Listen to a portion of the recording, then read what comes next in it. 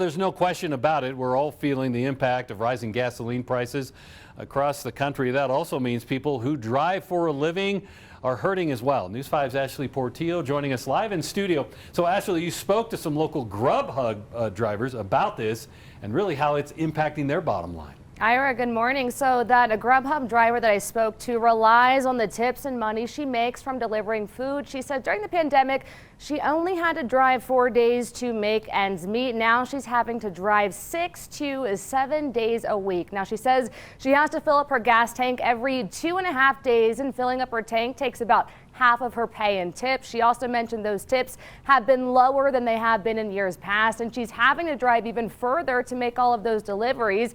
Now, because of that, she knows of other drivers who have been quitting their jobs. Now, she's been driving for the company for about 3 years and said at this point she's not sure how much longer she can afford to do it. But because of the gas prices and low tips, Grubhub drivers are leaving. They can't afford to work anymore. It's getting scary, and I don't know how much longer I'm going to deal with it. So I don't know how much longer. I don't know how it's going to end up.